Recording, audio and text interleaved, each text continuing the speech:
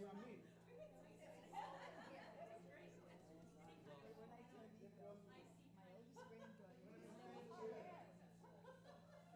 oldest granddaughter is the same year. I said, you could be my grandson. Oh, yeah.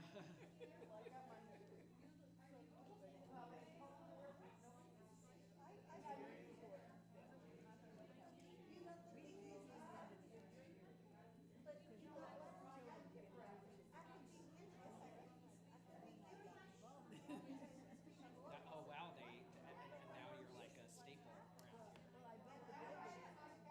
Amazing. The Asa Center? The Asa Center. And we got raised the money. We got it paid for too. Wow. So you really, I'm not in construction, but I was publishing director. Oh, right. Photography. That was my thing. Right. But I learned, that you buy steel beams for buildings. Certain companies only make them a certain size, so you have to find the company that makes the size that you need. I did not know that. I didn't know it either. And I also found out at the end, I told you that when we were trying to get the certificate of occupancy, my name was on the building permit. I didn't know that. I don't know if you want that. Well, because we had a problem. There was two handicap parking spaces on top, and they were 2 inches on one side and 9 inches on the other. Because this property is at the hill. What's up? What's happening? What's happening? Kansas landed. What? Say it again. Kansas landed. Going down below, we're steeper than that. And that's where most of the handicappers are going, not into the school building, but into the sanctuary. Well, those are grandfathers in. Those are okay. So we had to take our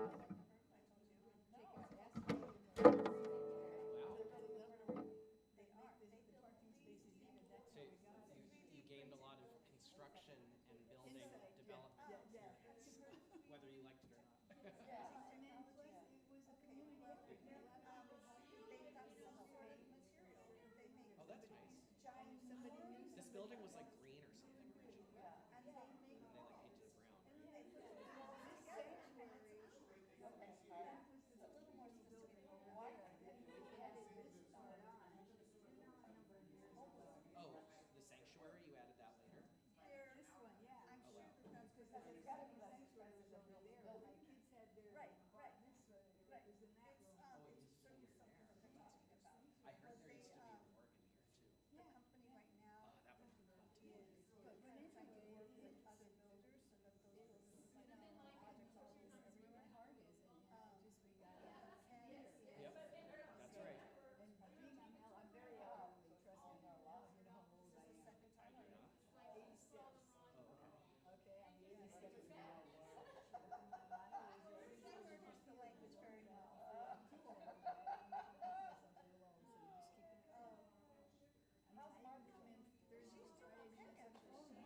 Really? Oh, wow. Oh, that's very nice of you. I'm sure the congregation appreciates She did. This is actually her second trip. She had first started with Crusade Press, but that time they were in Orlando. Yes. See you next weekend. Sounds good. Friday night will be here. So where'd she be? Oh, yeah?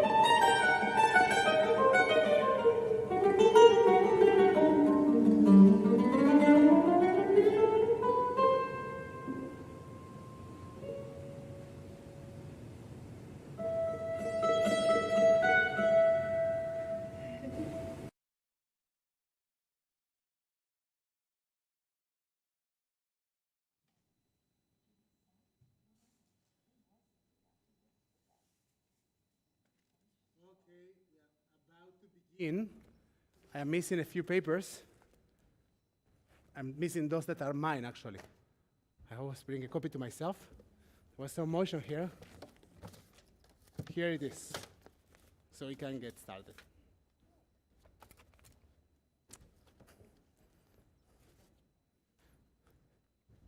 So,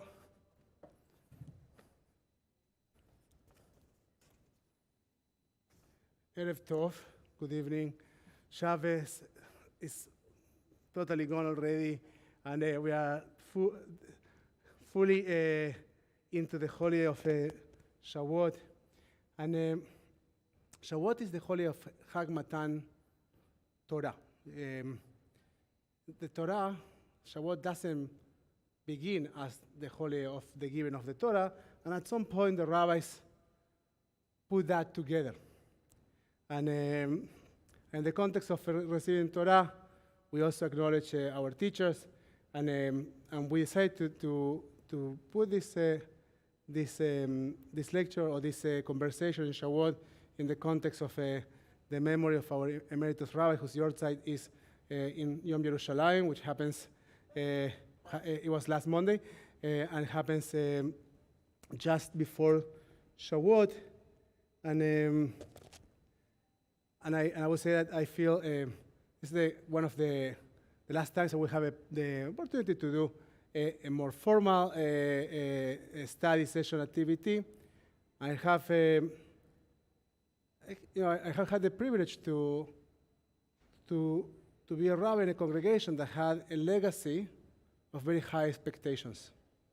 There were areas of the rabbinate that people expected very specific things, and they all had to do with Rabbi Asa.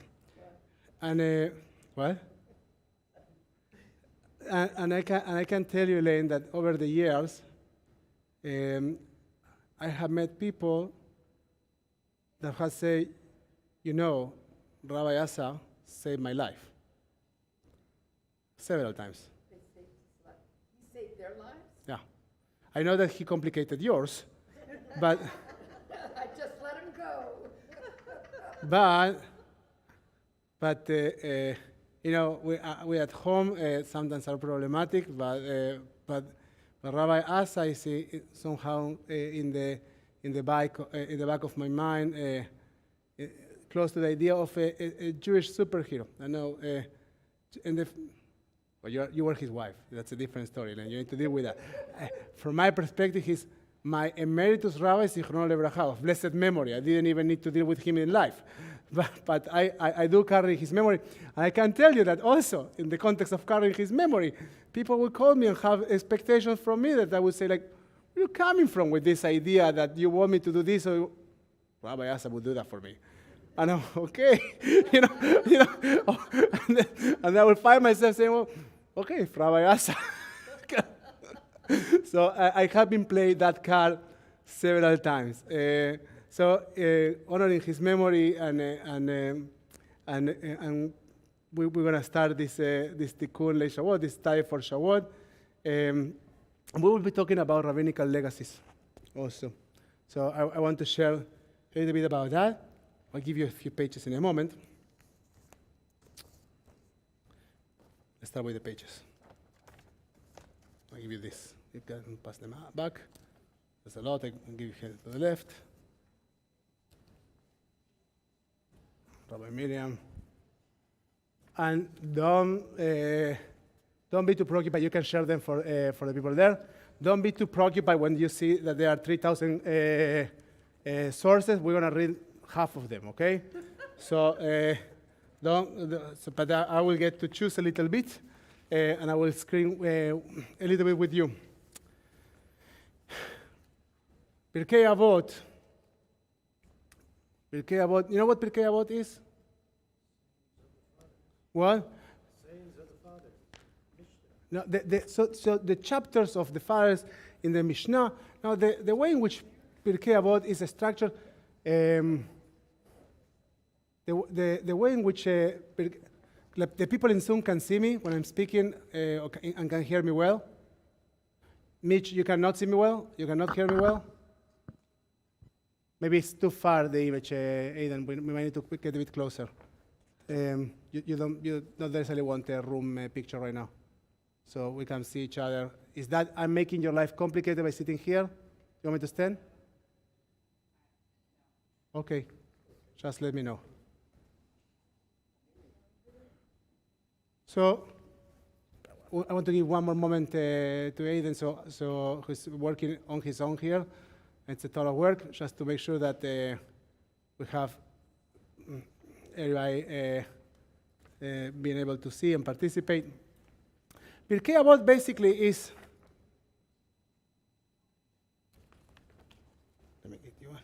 the rabbis were asked, if you need to summarize the entire Jewish wisdom in one sentence, what would you say? So they go one after the other saying verses of wisdom. But Pirkei Avot starts with a very important or very interesting idea that we just sang it when we were marching with the Torah. We say, Moshe kibel Torah miSinai, u'masar leYoshua, Yoshua leZkenim.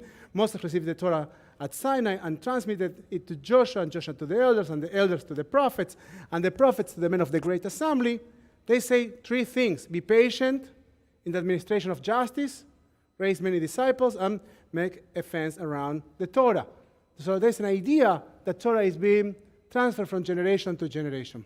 Now, are you familiar with the story of the fire in the forest, the famous story about the Baal Shem Tov? I'll tell you a story. When Rabbi Israel Baal Shem Tov, the founder of Hasidism, saw that the Jewish people were threatened by tragedy, and this story was told by Elie Wiesel, by Martin Buber, who knows, right? Everybody has shared at some point this story, and here we are sharing this story once again. He would go to a particular place in the forest where he lit a fire, recited a particular prayer, and asked for a miracle to save the Jews from the threat. Because of the holy fire and faithfulness of the prayer, the miracle was accomplished, averting the tragedy. Later, when the Baal Shem Tov's disciple, the Maggid of Masrech, had to intervene with heaven for the same reason, he went to the same place in the forest where he told the master of the universe that while he did not know how to light the fire, he could still recite the prayer, and again, the miracle was accomplished. Later, still, Rabbi Moshe Leib of Sasov, in turn, a disciple of the Maggid, went into the forest to save his people. I do not know how to light the fire, he pleaded with God, and I don't know the prayer, but I can find the place, and this must be sufficient. Once again, the miracle was accomplished. When it was the turn of Rabbi Israel of Rizin, the great grandson of the Maggid of Masrich, who was named after the Baal Shem Tov, to avert the threat, he sat in his armchair, holding his head in his hand, and said to God, I am unable to light the fire. I do not know the prayer, and I cannot even find the place in the forest. All I can do is to tell the story. Thus, and that must be enough. Isn't this a nice story? It's super problematic. We tell this story like it's the most beautiful story, but it's super problematic. Because the assumption is that the next generation is always worse. They always know less. The first generation, they knew everything. Moses, when he received Torah at Sinai, he knew. Now, Rabbi Akiva, you were speaking about, no, he didn't really know. Well, no. There is a problem with this idea. It's a really problematic idea. Now, I want to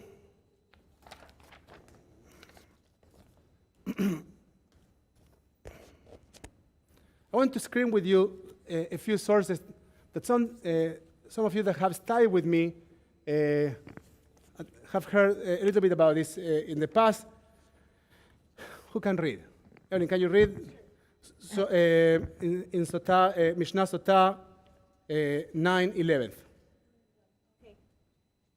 From the time when the Sanhedrin ceased song was also nullified from the places of feast. The moment that there was no more Sanhedrin, the rabbis weren't there anymore, Yeah, there was no, yeah, no song anymore. no song. It was no longer permitted to sing at a feast where wine was served, as it is stated, with song they shall not drink wine. And what about 9:12? 12. I will count you in the here we middle. I will be a bit disrespectful. From the time when the early prophets died, the Urim, Tumim, The Urim, Betumim, they are like, kind of decorative objects that are placed in the Choshen, which is the breastplate of the Kohanim, was nullified. From the time when the second which temple... is beauty, right? The beauty was reduced. Oh, okay.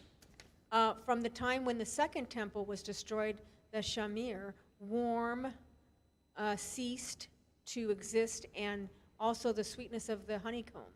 As the verse says, with regard to the laws of the Torah, more to be desired are they than gold. Indeed, than much fine gold, sweeter also than honey and the honeycomb.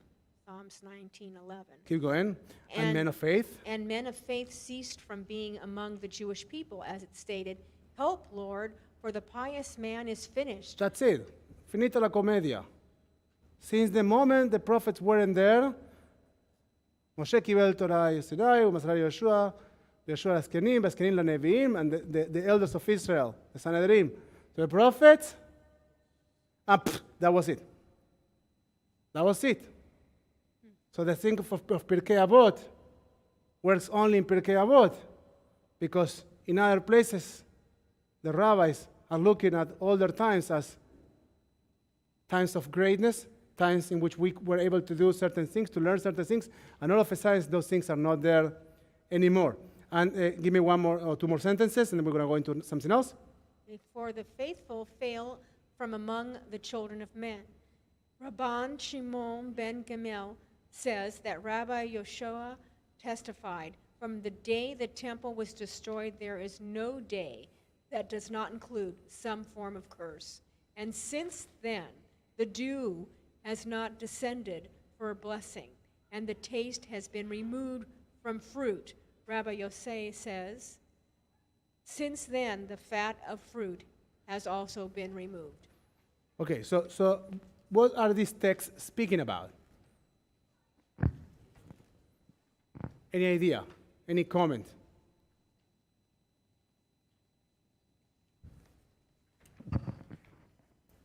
Well, going from the start that this was a period of knowledge of the law of Torah and of study, since these sages and eras of wisdom of the past have fled, now we're left down at the bottom of the barrel scraping and getting nothing. So that the present day is a poor reflection of the past, which I've got to disagree with. But that's what they're saying. You're saying that you don't like this idea, but that's how they are looking at the world. Now they're talking about like previous days, right? Yeah. Nostalgia. Yeah, that's beautiful. They're talking about nostalgia, and this nostalgia seems to be far away from the rabbis, particularly from the rabbis in the Mishnah, right? Like there's the rabbis in the Mishnah, right? The Mishnah, and they're looking at the days of the Tanakh. Now let's see what happens in Sotah 9:15. Can we ask for a different reader? Rabbi Daniel, you go. I might ask you to stop in the middle, but you are used to me interrupting you, so I apologize in advance. The Mishnah lists more things that ceased. From the time when Rabbi Meir died, those who relate parables ceased. From the time when Ben Azai died, the diligent ceased. From the time when Ben Zoma died, the exegeticists ceased. Now, just to put this in context, right, about legacy and disruption, the rabbis are dealing with rabbinical transitions. The rabbis are dealing with rabbinical transitions. They're talking about how they see, from their perspective, the fact that their rabbis weren't there anymore. And the way in which they express this, keep going. From the time when Rabbi Yehoshua died, goodness ceased from the world. From the time when Rabban Shimon ben Gamliel died, locusts come and troubles multiply. From the time when Rabbi Elazar ben Azariah died, the sages ceased to be wealthy. From the time when Rabbi Akiva died, the honor of Torah ceased. From the time when Rabbi Chanina ben Dosa died, the men of wondrous action ceased. From the time when Rabbi Yossi the Small died, the pious were no more. And why was he called the Small? Because he was the smallest of the pious. Like he was the worst. He was the worst of the pious. And the rabbi said, even that we don't have anymore. Like this guy, well, he was able to breathe. We appreciated that. He was our last rabbi. We appreciated the fact that he didn't know anything. He didn't know how to light the fire. He didn't know how to find the place in the forest. He didn't even know the story, but he was able to breathe. And now he's gone. Okay. From the time when Rabbi Yochanan ben Zakkai died, the glory of wisdom ceased. From the time when Rabbi Gamliel the elder died. By the way, it means that he was wise, but not pious anymore. Yeah. Right? Like, think about what the rabbis are constructing here. They cannot see piety in the next generation. It's gone. From the time when Rabbi Gamliel the elder died, the honor of the Torah ceased, and purity and asceticism died. From the time when Rabbi Yishmael ben Pavi died, the glory of the priesthood ceased. From the time when Rabbi Yehuda Hanasi died, humility and fear of sin ceased. Rabbi Pinchas ben Yair says, from the time when the second temple was destroyed, the chaverim and free men of noble lineage were ashamed, and their heads were covered in shame. And men of action dwindled, and violent and smooth-talking men gained the upper hand. And none seek, and none ask, and none inquire of the fear of heaven. Upon whom is there for us to rely? Only upon our Father in heaven. Rabbi Eliezer the Great says, from the day the second temple was destroyed, the generations have deteriorated. Scholars have begun to become like scribes that teach children, and scribes have become like beetles, and beetles have become like ignoramuses. And ignoramuses are increasingly diminished, and none ask and none seek. I didn't write this. But like now, if you want to comment, please take a microphone. Just let me know. Do we have another one more micro? Are you okay? So if you want to comment, just go, Cantor. I personally take offense that scholars teaching children is somehow just reading that I'm thinking, what? So scholars have become like scribes that teach children, so scholars can't teach children? What's wrong with that? That's all I gotta say. But the rabbis are talking about like a simplification. I don't think that they are going so deeply. No, but it just gets me really wrong. Because I think that they are I think, and you're right to be hit wrongly by this. The rabbis are talking about an apocalyptic idea. They are crying out. They are talking about the world they knew. You could say, well, the first tragedy is that the temple was destroyed. Yeah, but they're going farther than that. They're saying every time we lose one of our teachers, every time we lose a generation, there's no way back. Now they're right. There's no way back. But they see themselves under existential threat. And they are not talking about the existential threat that we started to deal with in the diaspora as being eliminated, or anti-Semitism. They are talking about losing values, losing knowledge, losing meaning. Now, that doesn't work with the beautiful idea that Moses received Torah in Sinai, he transferred it to Joshua, and Joshua to the elders, and the elders to the prophets, etc., etc., etc. It just doesn't work. That was in honor of Rabbi Asa. The Rabbi Asa, once I tell you a side story about legacies also. When I was interviewing for TVT, in one of my first interviews, I was sitting in a Skype conversation in Singapore, and there was a member of TVT sitting on the other side of the Skype conversation. We didn't have Zoom those days, my friend, but we did have Skype, and I was having a conversation, and at some point I said, etc., etc., etc., and this person broke in tears. I was like, what did I say? And she says, etc., etc., etc. I said, yes. And what did I say? And she says, etc., etc., etc. Exactly as Rabbi Asa. I don't know. Apparently, people from Israel, Bulgaria, or Argentina says, etc., etc., etc. So it's an emotional thing in our community since. So the rabbis are talking about how their world is disappearing, and they don't know how to hold on what's important to them. You want to say something, Thea? Yeah, well, they talk about this sort of descending level from scholars to scribes to beadles to ignoramuses, and even the ignoramuses are going downhill. But the second level there is scribes. Scribes write stuff down. Scholars write stuff down and they read it and study it. Even though They are scholars. The rabbis are scholars. yeah, no single person can transfer everything that they know to another person. It doesn't mean that there is not an increase in knowledge over time instead of an inevitable decay, as this seems to say. Yeah, fair. So they are experiencing this existential threat. And talking about existential threats, a big part of Jewish identity, because of the nature of being in the exile, because of the nature of being, the natural or the instinctive reaction to being chastened by the fact, or because we were a minority and by majorities that surrounded us in different places, built some components in our identity that had to do with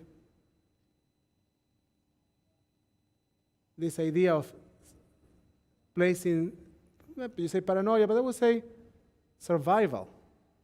Survival as a main component of our Jewish identity. Now, who can read? Who has a microphone there? Maddie, you have a microphone there. So, now you do. Now, you see? Can you read the next text in page 4, Simon Rabidowicz? Yes, I can now. The world makes many images of Israel, but Israel makes only one image of itself, that of a being constantly on the verge of ceasing to be, of disappearing. There was hardly a generation in the diaspora that did not consider itself the final link in Israel's chain. Each always saw before it the abyss ready to swallow it up. There was scarcely a generation that, while toiling, falling, and rising again, being uprooted and striking new roots, was not filled with the deepest anxiety. Each generation grieved not only for itself, but also for the great past that was going to disappear forever, as well as for the future of unborn generations. Yet elsewhere, Rabidowicz. I'm sorry. So let me stop you for 1 second. Rabidowicz says it beautifully, right? Each generation grieved not only for itself, not only for what they were missing, but also for what their grandchildren weren't going to see, right? And then Ibn Chavistara, he makes a twist there and says, yet elsewhere, Rabidowicz. Rabidowicz explains that in part, the secret of our continuity may be that we have been in a constant war for our survival. And in his words, the world may be constantly dying, but no people was ever so incessantly dying as the people of Israel. Isn't that something? Take the microphone, take the microphone. It's like the 5th annual going out of business sale. You keep having them, and then thereby you keep surviving. Right. So this idea that the end is about to come, the end is about to come. And so we hold on together because, survival is quite of a powerful thing. Now, survival is not good enough for continuity, right? If you want to keep something and protect something, but you are not invested on developing it, that becomes a bit problematic. Now, let's go to page 6.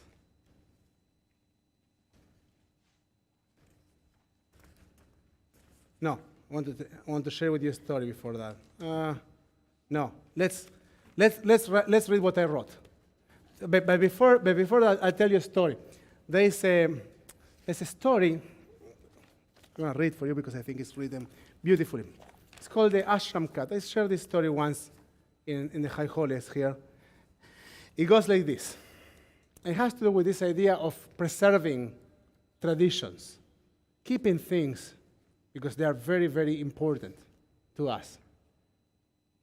But I'll tell you a story and you tell me what you think about that later.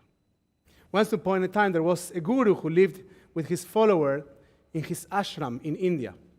Once a day, the guru would meet his disciples to give his teaching.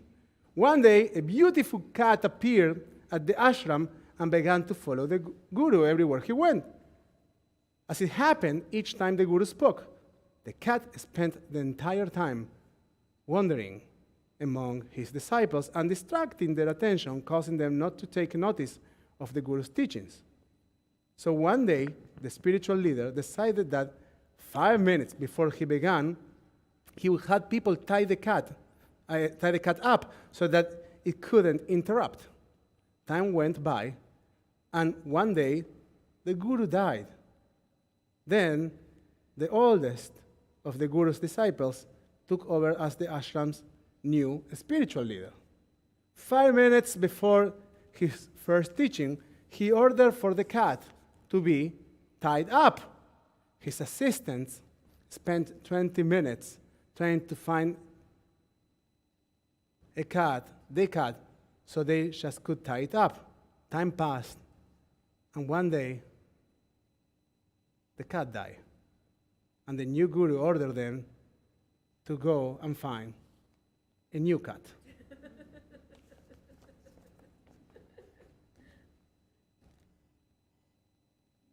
like a tradition. You got to have a cat. So This reminds me of something that happened earlier. I was trying to get the cat into the box to take to the vet, and I couldn't do it, and he ended up hiding, and he was hiding a lot during our trip. But in this story, the cat became such a tradition, like they had to tie him up before, the guru can. But I don't know if you noticed, because I stopped for a second, because I missed the text for a second. When the guru dies, they are about to do the first time they are about to do the class, they don't see the cat. And so the students spend 20 minutes trying to find the cat in order to tie it up. Right. And then they find it, they do it, and then the cat dies, And then they go and try to find another cat. Like, tying a cat was central to their work, as opposed to a way to stop a distraction. Now think about ourselves. Think about how we have defined centrality in our practices, in our Jewish life. Think about how we define legacies. Think about the rabbis tying Jewish values to personas that are carriers or holders of those Jewish values, but they are not the essence of value. We were all at Sinai. Moses received Torah from Sinai, and then, he passed it on. It doesn't die with the generation of rabbis.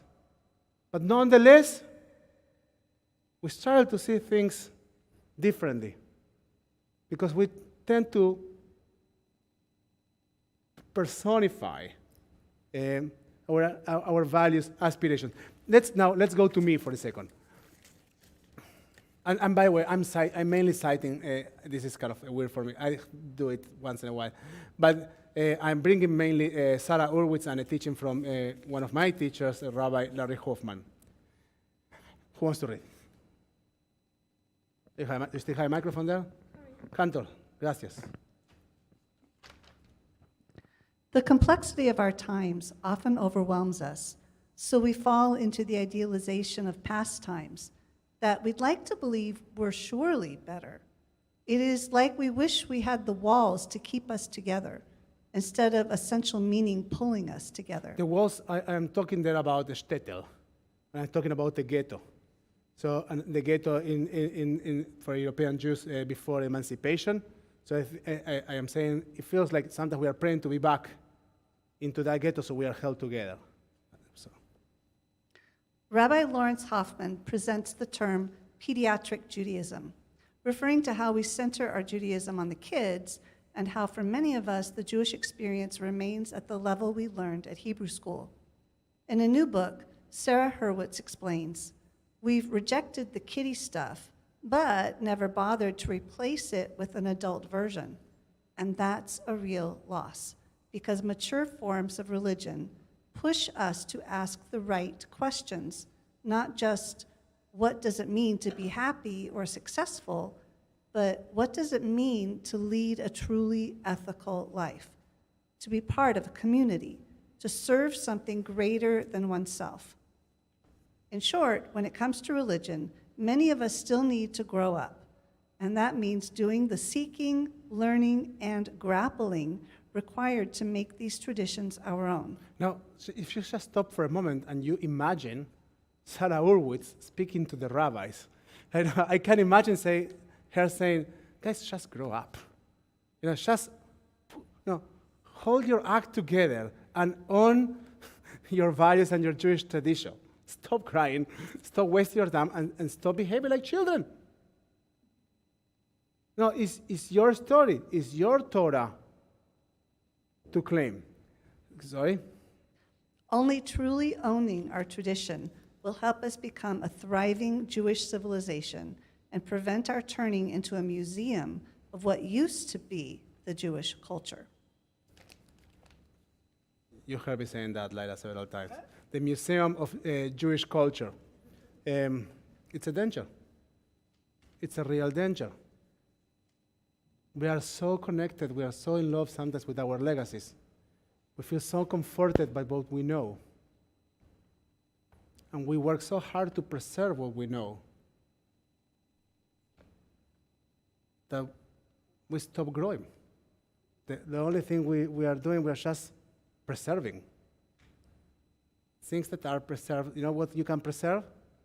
Jam. Marble, stones. Stones. A grave in stone you can preserve. Right? Memory is not the grave, no, because memory you need to actively work on in order to keep it going. Therefore, we have the mitzvah of iskor, of remember.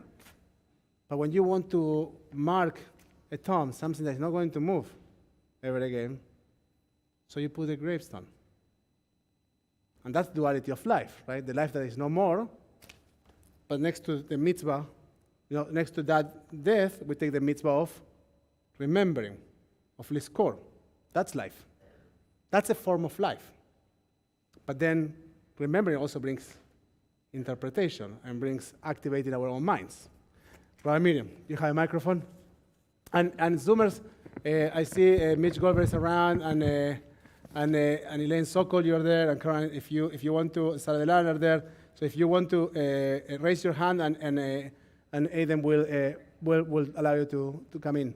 To reinforce what you were just saying, in thinking about preparing for Yizkor tomorrow, I was thinking how that first set of 10 commandments has Zachor et Yom HaShabbat, to remember Shabbat. And as you said earlier, we weren't ready for those 10 commandments yet.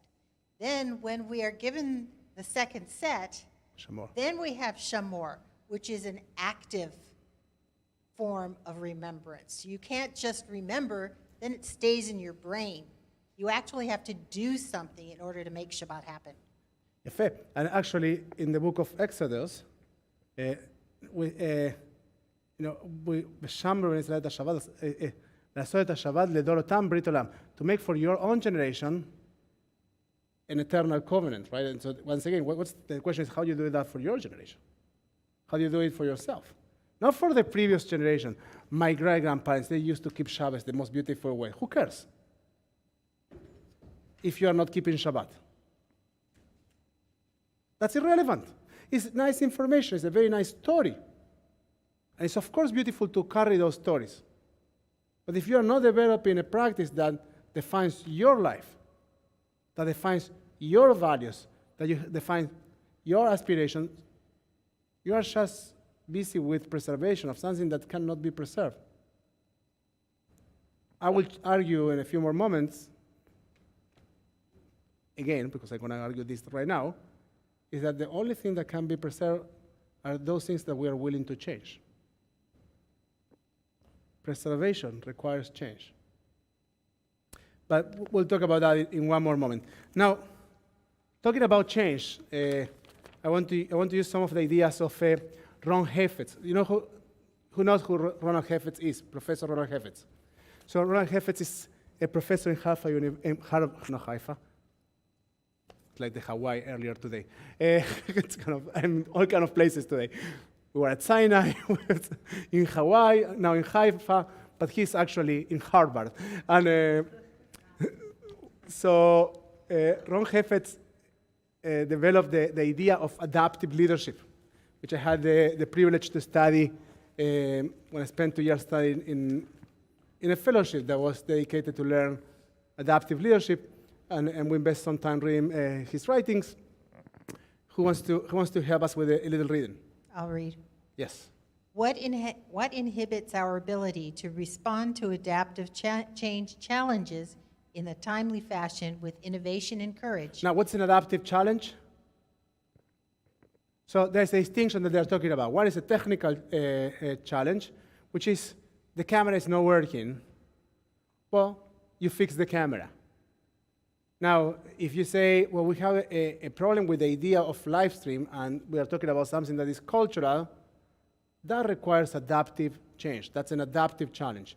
One of the problems that we often face is that we try to provide technical solutions to adaptive problems. And that creates lots of confusions and problems in organizations and in traditions. So we just try to offer a technical fix. We're going to bring them, instead of once a week, twice a week to religious school. But if you still don't keep any Jewish tradition in your home, it doesn't fly. If you don't do the adaptive part, it just doesn't fly. You're just trying to provide a technical solution to a problem that is cultural and adaptive. Can you go ahead? Sorry. Sometimes, of course, the challenge is beyond our capacity. Vesuvius erupts, and we simply cannot do anything about it, hard as we might try. But sometimes, even though we might have it within our collective capacity to respond successfully, we squander the opportunity. For these cases, we suggest that the common factor generating adaptive failure is resistance to loss. Loss has come in many forms among individuals, organizations, and societies, from direct losses of goods such as wealth, status, authority, influence, security, and health, to direct losses such as competence and loyal affiliation. In our experience, the common aphorism that people resist change is more wrong than right. People do not resist change per se, they resist loss. Now, wait a second. So now, if you take this and you think for a moment, the rabbis are not talking about change. The rabbis are mourning. And they are totally messy in their mourning. They are totally missing out, and they forget their Torah. They forget that Moshe received Torah outside. They don't remember anything. They are just dealing with their grief. I'm probably not seeing straight in this case. But this is reflective of their emotion. And so what they try to do, well, they try to capture the memory and put it in so nice frameworks and to keep it forever that way, which is opposed to the possibility of keeping that. I think that noise is great. Please don't stop it. Yes. No, don't stop it. See. Oh. People usually embrace change when they anticipate a clear net benefit. Rarely does anyone return a winning lottery ticket. People resist change when change involves the possibility of giving up something they hold dear. We find two common pathways in the patterns by which people resist losses and risk adaptive failure: diversion of attention and displacement of responsibility. These take a wide variety of forms in organizations and politics, including using decoys and distracting issues, tackling only the aspects of the problem that fit a group's competence, jumping to solutions without adequate diagnosis, misusing consultants, blaming authority, scapegoating, personalizing the issues, launching ad hominem attacks, and externalizing the enemy. These protective patterns may restore intragroup stability and feel less stressful than facing the challenges that adaptation would require. But now, in that context, let me stop you 1 second and say, it's way easier to say that the biggest challenge we have in order to receive Torah is anti-Semitism. Like, our biggest challenge as Jews is anti-Semitism. Not the fact that we are not studying Torah, not the fact that we are not engaged in trying to find our personal connection. Anti-Semitism, something else coming from somewhere else. And so you will see that. Now, I'm not talking about something I don't know about, because one of the tragedies is that if we say that we're going to be studying Torah, you have 15 Jews showing up. But if we would have called this conversation the problem of anti-Semitism, I promise you 200 people. Because then it becomes existential. And every guy shows up. And what we forget is that our biggest existential threat is the lack of meaning, the lack of knowledge. Sorry, please keep going. However, they also enable groups to avoid engaging with one another in the often disruptive process of sifting through their cultural DNA in order to decide what to keep and what to leave behind. Any ideas, any comments, any reaction to Roland Heifetz? This is the only professor we have, all the rest are rabbis. Mike, you have a microphone behind you. With a mic. You mentioned if you had that group, if you advertised anti-Semitism, you'd get this big showing. But I think one of the reasons you get the big showing is also because it's external. It doesn't, it's not something they have to do. It's something you can complain about what somebody else is doing. Correct. Correct. It's a passive form of Judaism. You know, it's not receiving Torah and doing the work of receiving Torah. It's saying, you know, we are being attacked, so let's show up. Or when we say, well, please don't be offended. When we say, I want my children, I want our children to be proud Jews. Great. What comes after that? After the pride component. Now, I understand that the word pride comes in the context of being in a minority for thousands of years, of being in the closet many times. It comes from the place in which there might be some place, I don't know if you experienced this in the United States, but when I grew up in Argentina, there were places in which if I was walking with a kippah, I would look around and say, I'll put the kippah in my pocket right now, and I'm not going to be wearing a kippah right now because I don't want to be recognized as a Jew. Now, that didn't mean that I wasn't proud of being a Jew, but I was aware enough that there were places that weren't the most comfortable to be wearing a kippah. But Jewish identity cannot be based on the idea that we want you to be proud. It's not enough. It's just not enough. Because it's a reaction to the negativity that you experience in the war. It's to say, well, because I'm being attacked, because I am being discriminated, so I need to be proud. But Judaism is not about being defensive or protecting your integrity. Judaism is about living a meaningful life, living a life of connection. So I don't know if this works. I want to screen through this portion in the Talmud, Baba Batra 3b. So here's the story. We're going to do a little bit of this. Okay, let's talk about destroying synagogues. Now, the rabbis speak about that everything, but for a good purpose, right? Rabbi Asa says, a person might not demolish a synagogue until he first build another synagogue to take its place. There are those who say that the reason for this halakha is due to the potential negligence, lest he fail to build a new structure after the old one has been raised. And there are those who say that the reason for this halakha is due to the disruption of prayer, for in the meantime, there will be nowhere to pray. Any comment on this? I think you can pray anywhere you want to pray. You don't need a brick and mortar place to pray. So you can pray anywhere, Right. but one of the structural places that rabbinical Judaism defines as essential components in order to have a city, and people were supposed to be living all of them in cities, one of them is the synagogue. So in order to have a Jewish city, you need to have a synagogue. Sort of like So the you same. have a Beit Tfilah. So the rabbis say, you cannot say temporarily, I'm not going to have one, because you might have some problem, you might have some, you get distracted. Now, there's a value behind that. It's called al tashchit. You're not supposed to destroy stuff. You're not supposed to destroy stuff. Now, there's a little problem here.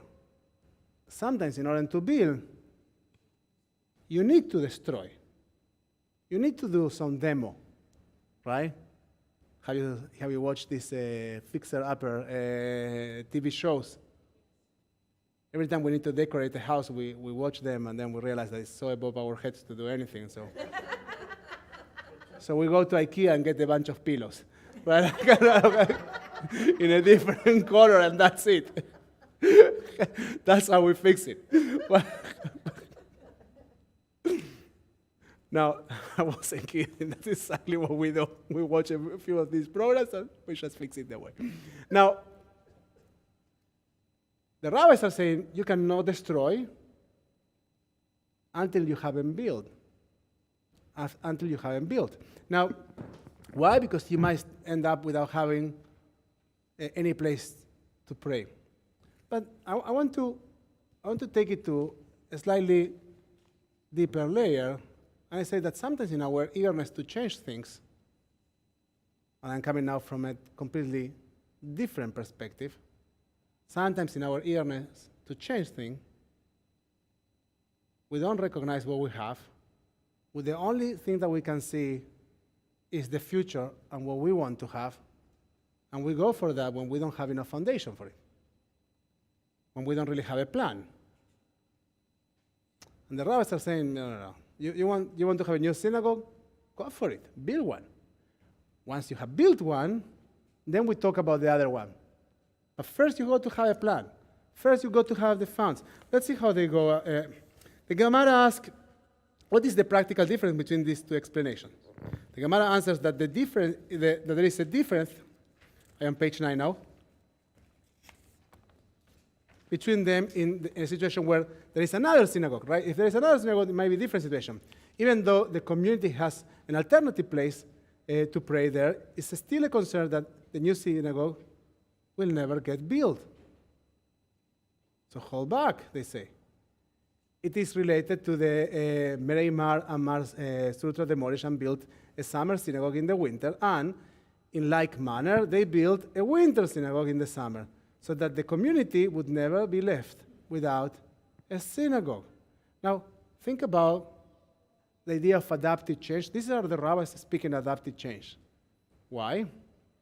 Because one of the components in this idea of adaptive change is to hospice those that are going to lose something, to accompany the process of losing something in order to making the transition into something new. You don't just shift. You don't just demo and move on. You can't. So you take a gradual approach for certain things, because this is not a technical fix. I have a question. Given what we've just lived through for the last 2 years, where we, in essence, we destroyed the synagogue as we knew it, we kind of created a new one, Yeah. but we still don't have the ability to have that new synagogue like the one we left behind. And will we ever? And so what are we doing? So we've adapted. We are doing hybrid. Uh-huh. And, That's quite and quite many, interesting. many organizations, I work for another one, that is trying to pull people back into the in-person, and it's very hard because we got very comfortable with Plan B. So here's the interesting thing, right? I think it's slightly different because destroying the synagogue here would be to say, we are not doing hybrid anymore. We don't do Zoom. We are doing only in person. Because what happened is, we didn't destroy our synagogue. We dealt with impossible circumstances, and in the context of those impossible circumstances, we built something parallel. And then we were able to come back to our, you could call it in the Talmudic case, our winter home. And then if we would have say, we want to encourage people to be in person, we will turn off the cameras. We're not going to use our microphones in classes. That would be to destroy the synagogue we built, in my opinion. So actually, the same case, but from the opposite perspective. Right. I see you, Elaine, that you're about to throw me the microphone. No, so because please, I'll forget what I was going to say. remember. I'm at that age. Remember, Elaine. It's very interesting. As I Stick to watched my children's community in Los Angeles, which is Young Israel of Century City. It's fine. They have no Zoom on Shabbos. So what happened during COVID? They met in the backyards of people's homes. Okay? Including my kids loved it. They opened up their door and they went right outside. Then came the part where the synagogue reopened. And the struggle was people got very used to davening in the backyards of their neighbors. And it was a real struggle to bring them back into the synagogue. And it created problems for my kids because if they sponsored it in their backyard, it was going against what the rabbi wanted. But the bottom line is that they had to find a way of adjusting, and because they never had Zoom, they had to pivot. That's the new word I learned from a daughter of mine. In both situations. Yeah, so I think that the Talmud, what it's offering, is actually a framework for to recognize these situations in which culture has changed. Culture changed. That's what Ron Hefetz speaks about. And you don't fix culture with a technical approach. It just doesn't work that way. You just don't fix it that way. It doesn't work.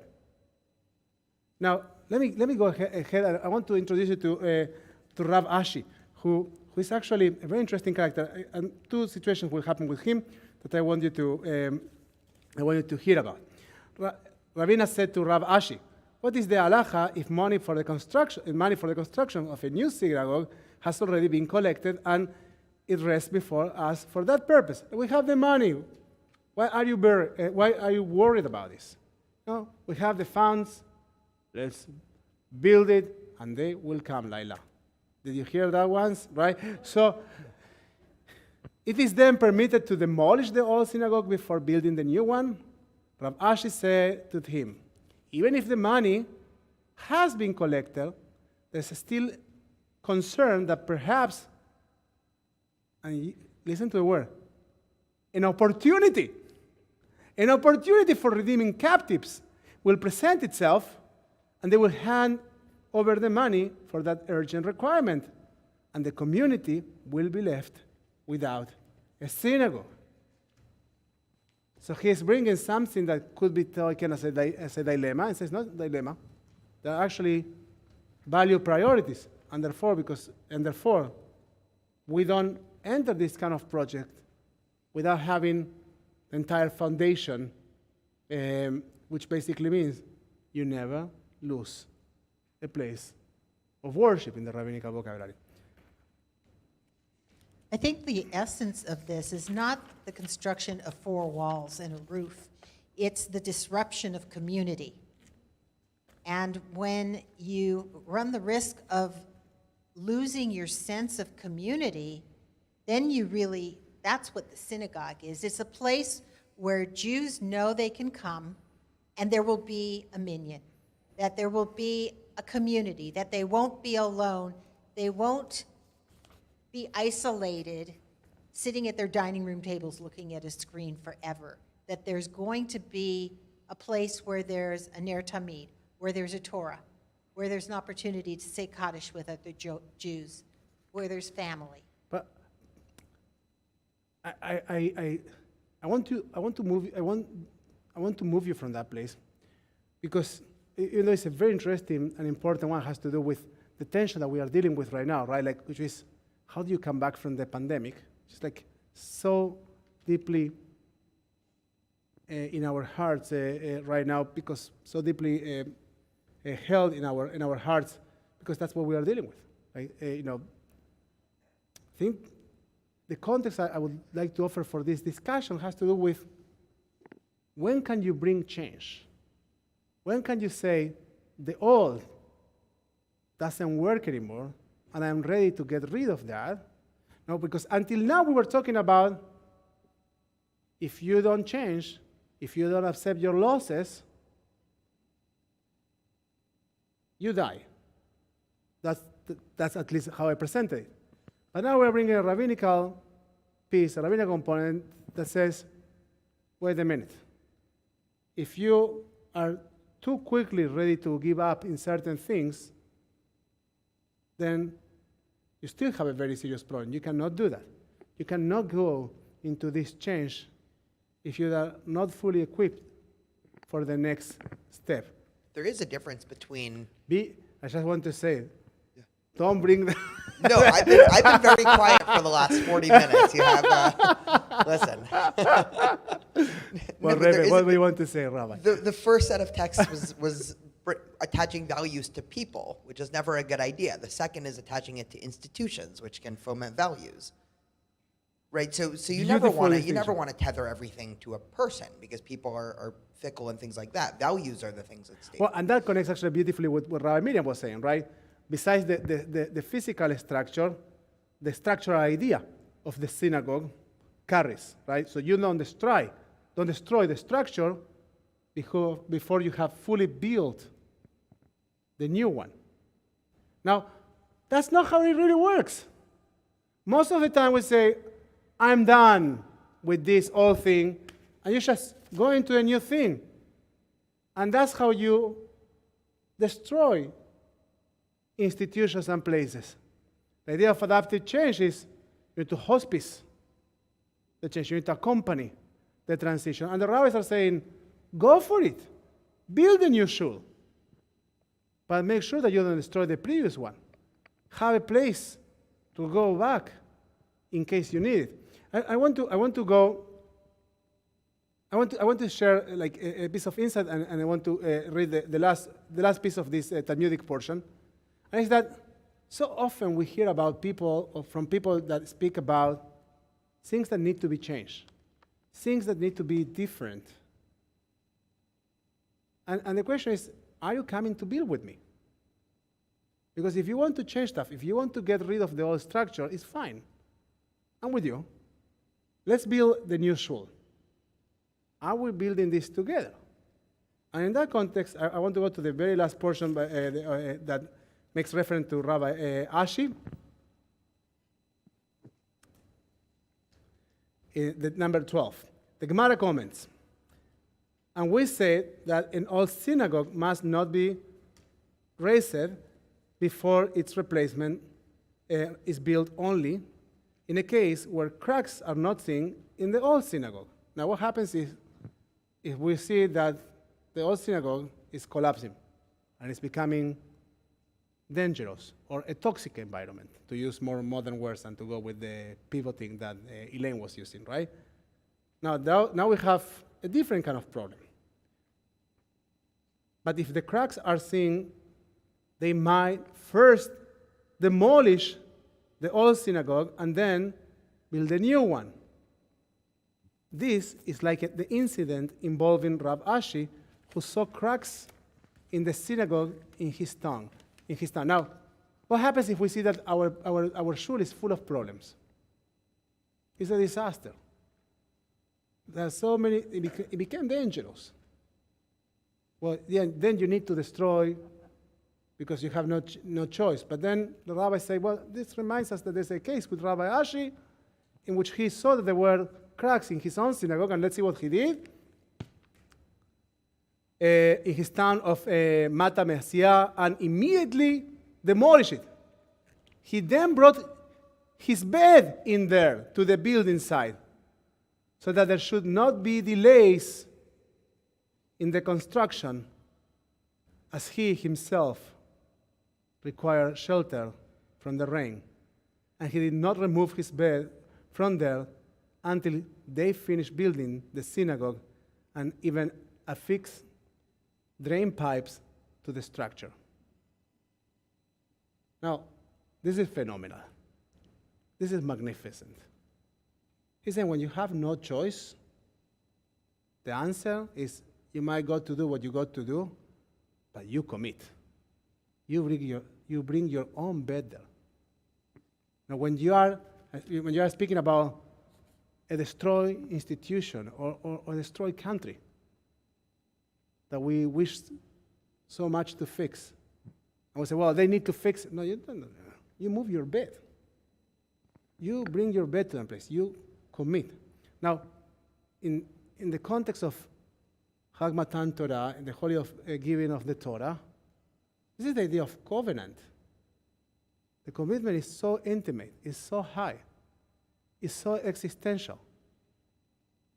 You are in there. This is Sinai, right? Somehow. The problem is that very often we ask to receive Torah from where we are, and we are not willing to make our way to Sinai, and that becomes very problematic, because that's like saying, destroy the synagogue, build a new one, and I will see if I come. And that doesn't work. I want to jump one.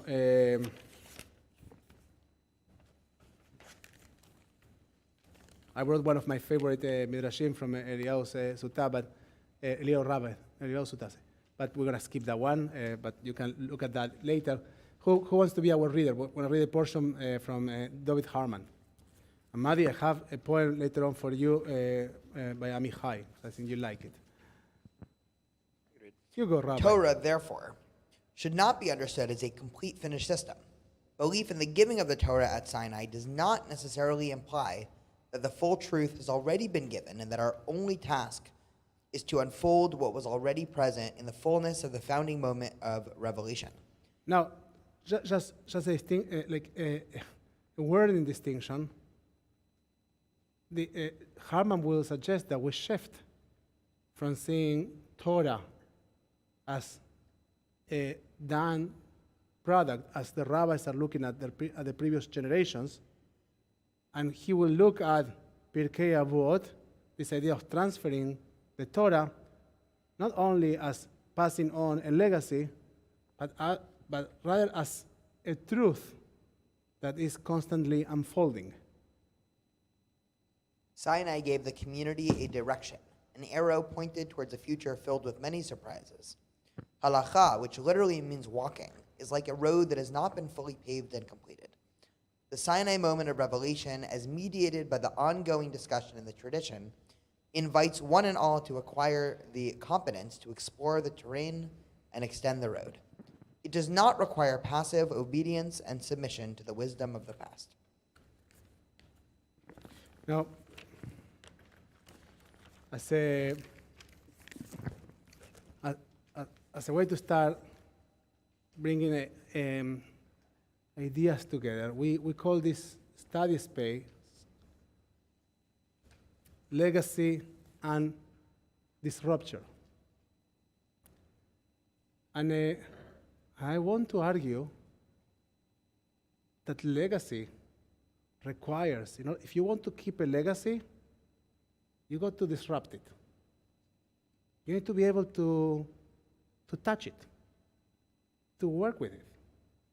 Because if you are not working with that legacy, if you are not touching that legacy, if you don't own that legacy, You are building a museum. So it will be nice to see it once in a while, but it's not going to be a part of your life. The idea of receiving Torah and going every year again to Sinai, as we metaphorically say, has to do exactly with this concept of saying that I am the one who is receiving Torah. And my Torah doesn't end with my rabbis, or with this generation and the other generation, or with the memory of the Shabbos of my great-grandparents.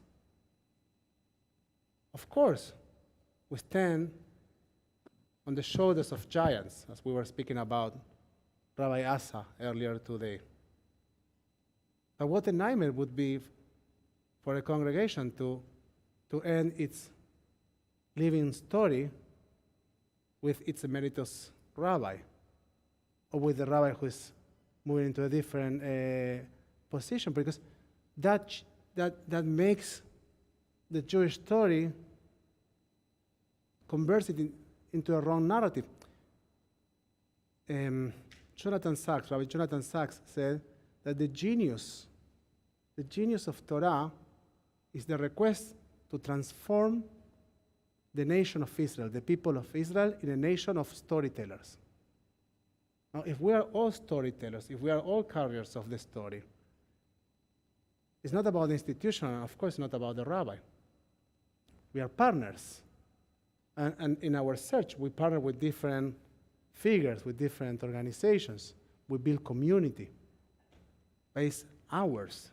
Doesn't belong to anyone else. And once again, when we felt very attracted to protect the memory of the past, and we say, well, that's the living, no, that's not the living legacy. That's the legacy you're killing. It's not a living legacy. It's an assassinated legacy. A living legacy is the one that you are dealing with, the one that moves you to create new things, to design new things, to study more, to experience more, to explore more. And of course, we have nostalgia, and we want to keep things in the past. But there is an imperative to grow and change. I want to share with you a poem of Yehuda Mihai that I love it very much. And when I came from Singapore to be interviewed as a prospect rabbi for this community, I sat with the board of trustees, and they wanted to hear about change. You know, and I knew this story of you don't destroy a synagogue until you are not ready to build, or you haven't built a new one. So we had this conversation about being careful when you change. But on the other hand, you need to be very careful of not changing, of not trying.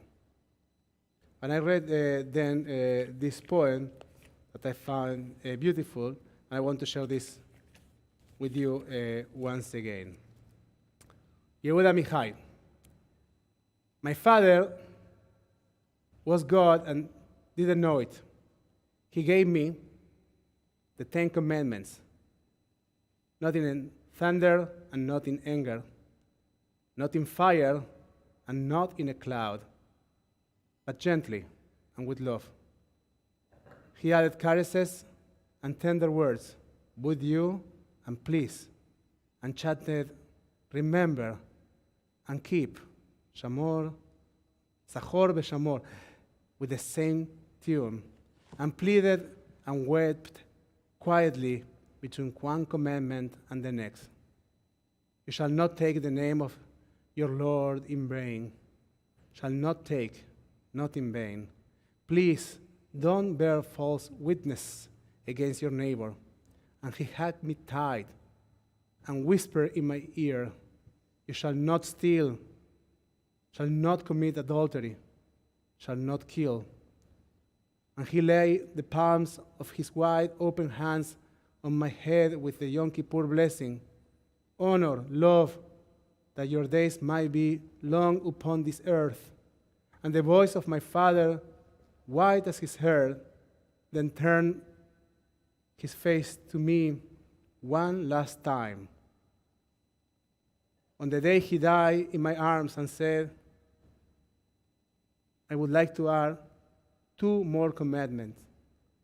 The 11th commandment, you shall not change, because we want to keep things as we knew them.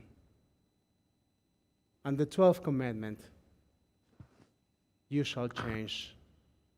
You will change. Thus spoke my father, and he turned and walked. So with these 2 commandments, symbolically in Shavuot we receive Torah, we get Torah. We remember that there are things that we don't want to see them changing, and we want to treasure them in some museum in our hearts. I want to keep them very, very, very tight in our hearts. But we also remember the 12th commandment, that we shall change, and hopefully we will. Chag Sameach. Any other words you want to share about the text or anything? Reactions in the text or whatever question you want to ask, I'm here. Hi, microphone. Take a microphone. One little quick story about the construction of the building. Okay. Talking about building a synagogue, right? Like you did it once. You talked about, bringing your bed to be on site. Well, the building manager, he operated out of his car for the 4 years. Instead of making us spend $50,000 to put up a trailer there to use, Yeah, fair. he just used his car as an office. Which is a symbol of commitment, right? Like there are things that symbolize deep commitment. Yeah. Thank you for sharing that story, Laila. Any other comments, reactions on the text? Blessings for Shavuot, blessings for the memory of our emeritus rabbi. Great opportunity to do so. Okay, Zoomers, thank you for bearing with us. Elaine, Mitch, Gabriel, Caroline, I think Ken is there. Marv, we are seeing your forehead, Marv. You need to move your camera, my friend. Here you are, my friend.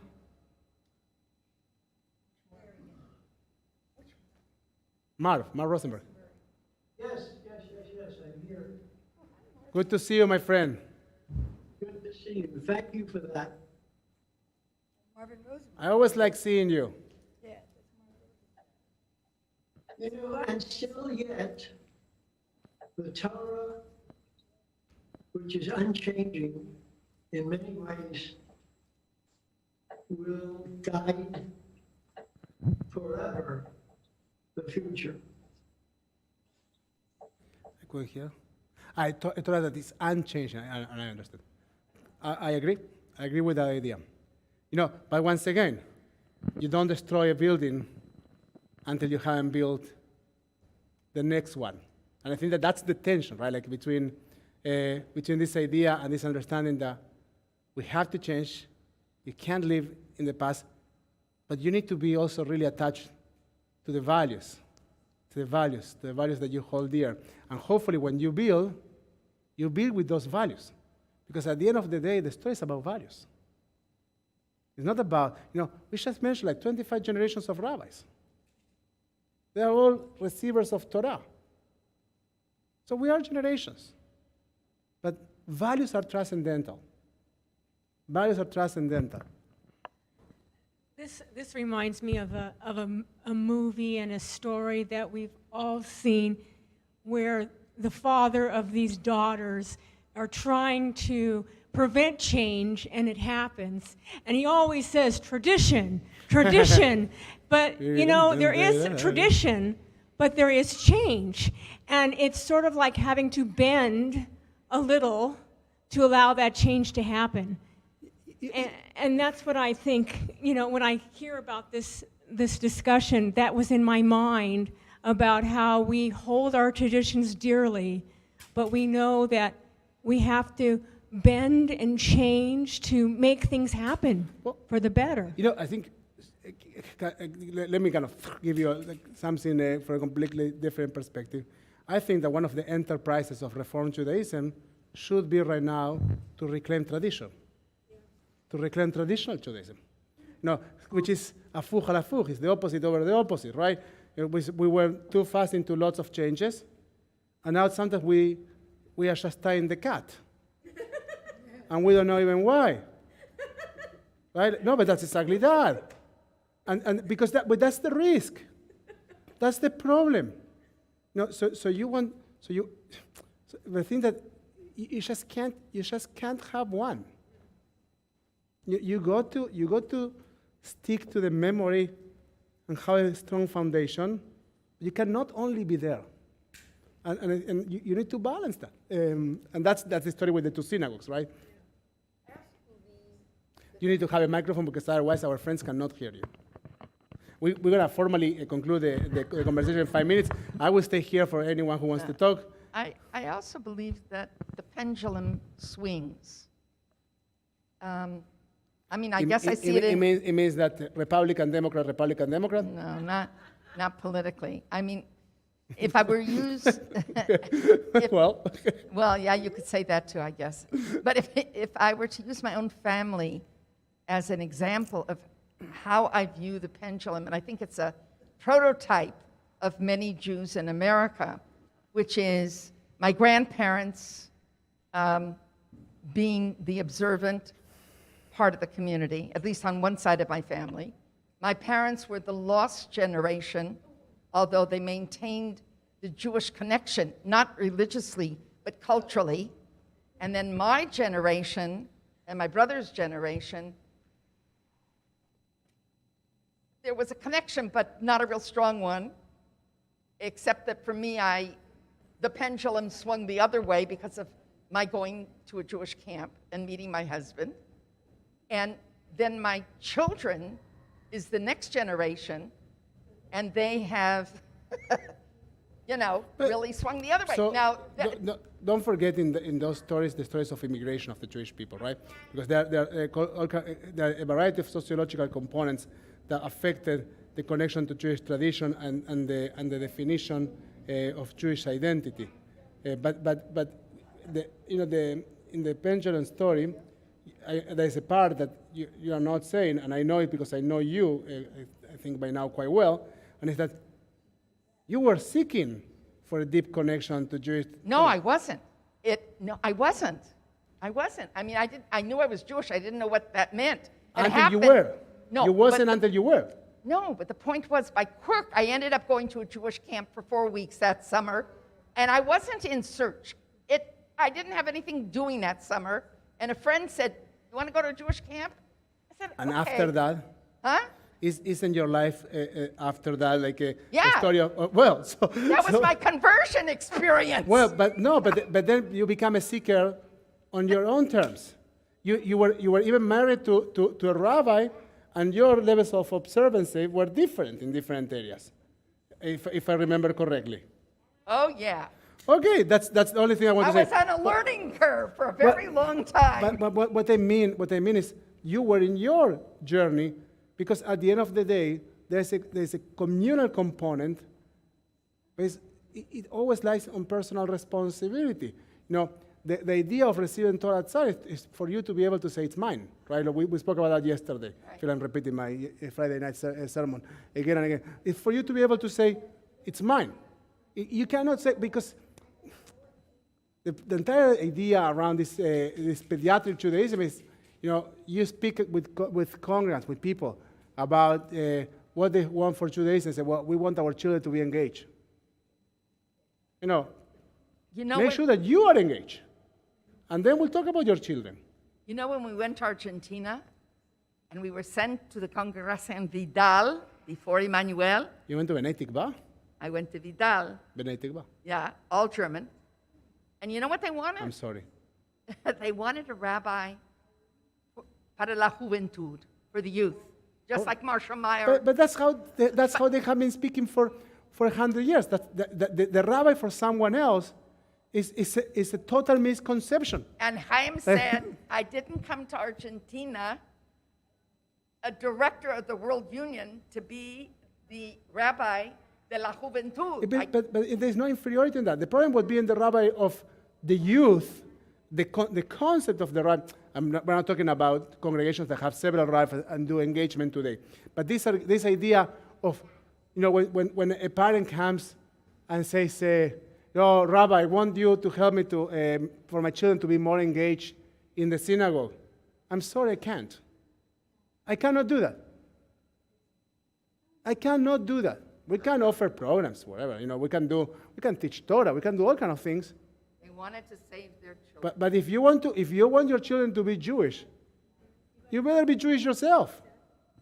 Like you better reclaim Torah yourself, because otherwise it's once again Judaism for someone else. And why would your children like to take something that you are not willing to take? Like, you and your phone, your children want your phone. Right? Like, you spend time with your computer, your children want your computer. Children role play their parents working, right? My children used to take my clothes and dress up like they were going to work. So children imitate their parents, okay? So make sure that you stick to what you believe that you want your children to be doing. Do it yourself. Do it yourself. You go to Sinai. Like, before you start looking, where is my child? You go to Sinai. You ask for Torah. You say how important this is to you. And with that hope, that then becomes a legacy that can be passed on to the next generation. Friends, I think we're gonna release you. Toda Rava. Thank you very much, everyone. Chag Sameach. We're gonna meet tomorrow at 10:30 a.m. for continental breakfast. I don't know who put the word continental. I gotta play on that one. Zoomers, thank you very much. Mitch, Elaine, Gabriel, Marv, you're still here. Thank you very much for sharing this time with us.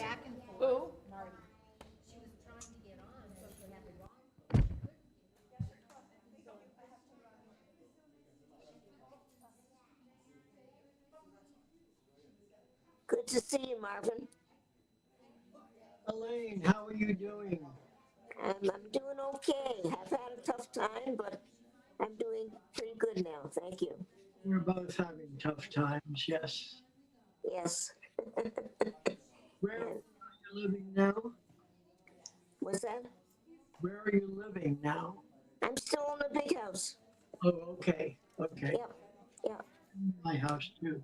Yeah. I'm here by myself, as you are. Yes. Yeah.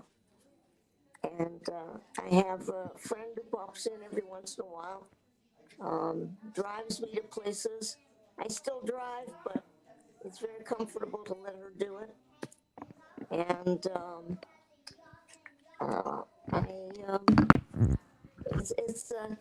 sometimes it's hard to let go, but gradually, I guess there comes a time